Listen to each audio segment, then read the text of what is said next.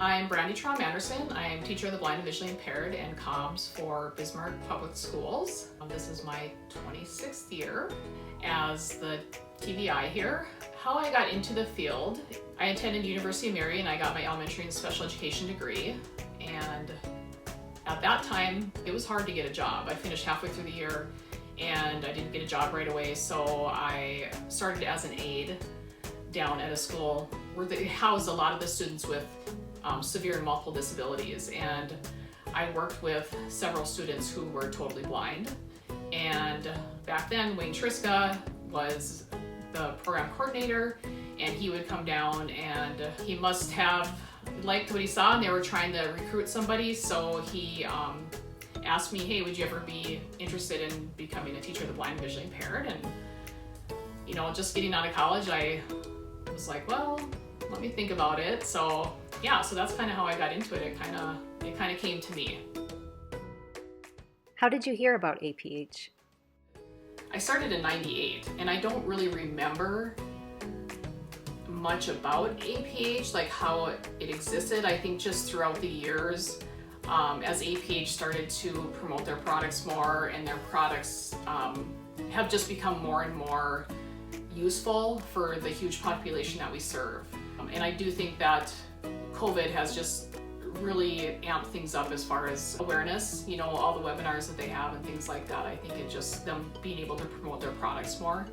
So how do you choose which APH products to use? How I choose them is, I guess I'm just really familiar with what they have. And a lot of times I'm in control of what people get. If I have an idea, I'll prepare that idea for them so that there's nothing that they have to do. So I kind of bring them like a ready-made product. So an example would be if I had an idea for a student with multiple disabilities and I wanted them to use the all-in-one board as kind of like an active learning. So I just kind of made this little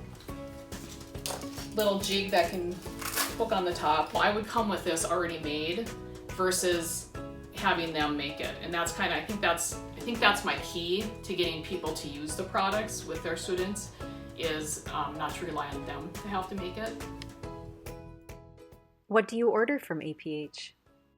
Oh, I just order everything. So I have it, because if I need it, I don't want to wait for it.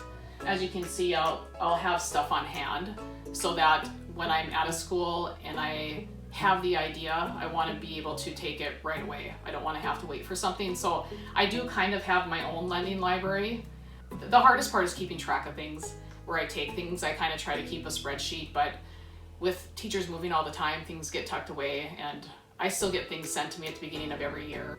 With APH, I know that it takes a while to get things, and even when you request through Northwest School for the Blind, you know, they have to make a request on their end. So it does take a few days, and sometimes they have no control over that because APH is backed up. So that's why I like to have everything kind of on hand so I can just pull it as I need it. What are some of your favorite APH products? My favorite APH products are, I love the all-in-one boards. I love the Tactile Town. And this one thing that I've done to help with Tactile Town is I've actually taken the book apart. I use the APH bifold board, and then I'll stick the lesson inside the front, and then I have everything set up and ready to go that goes with that. So I have like 16 or 17 of them ready to go. That way I don't have to carry around a kit, and then I can just pick up the one that I want to use for that day. So that's one of my outside of the box, like how can I make this more usable rather than having to carry around a whole kit or have a whole kit somewhere where I don't have room to store it. I use the boards with the insert for everything. Like I use it for students who need to learn to segment and blend different sounds to make a word. I use it for students that need to understand scientific notation, and it gives a more defined space.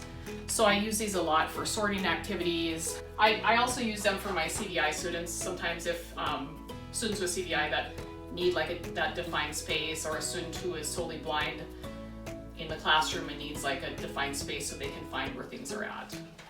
I take it apart, but I like the Hop-A-Dot mat. I've done some like where I adapt the spinner for different activities. I also like to take the numbers out and use them for students with CVI.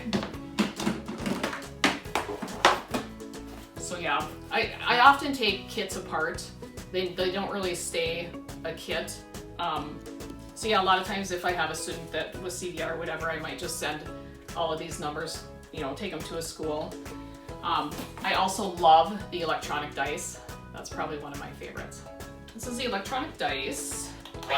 So I use it a lot with the game kit. I might use it with a student who's blind who's learning to identify numbers. I may have them use it for if they're learning like tens place, ones place, roll it twice and let's make a number. I'll use it in conjunction with the abacus.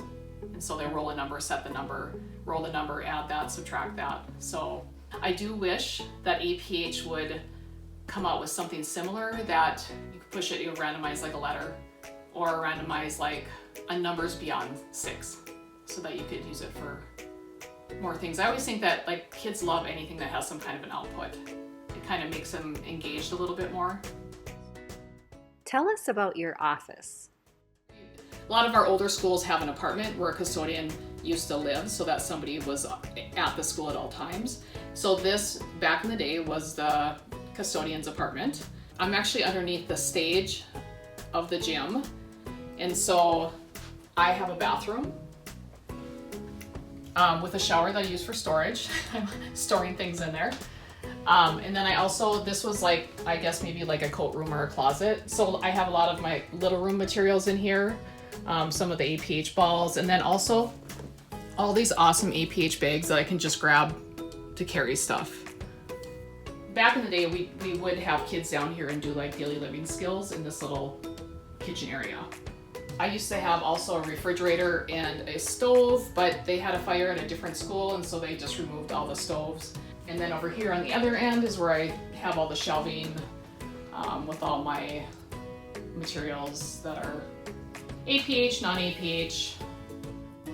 And then this was the living room. When I first started, there were 4 of us in the vision program, so we each had our own space. So there's like 3 desks in here, and then somebody was in the back room, but now it's just me. So I kind of have the whole space to myself, and then if I have an instructional assistant that works out of here, then they have a space as well.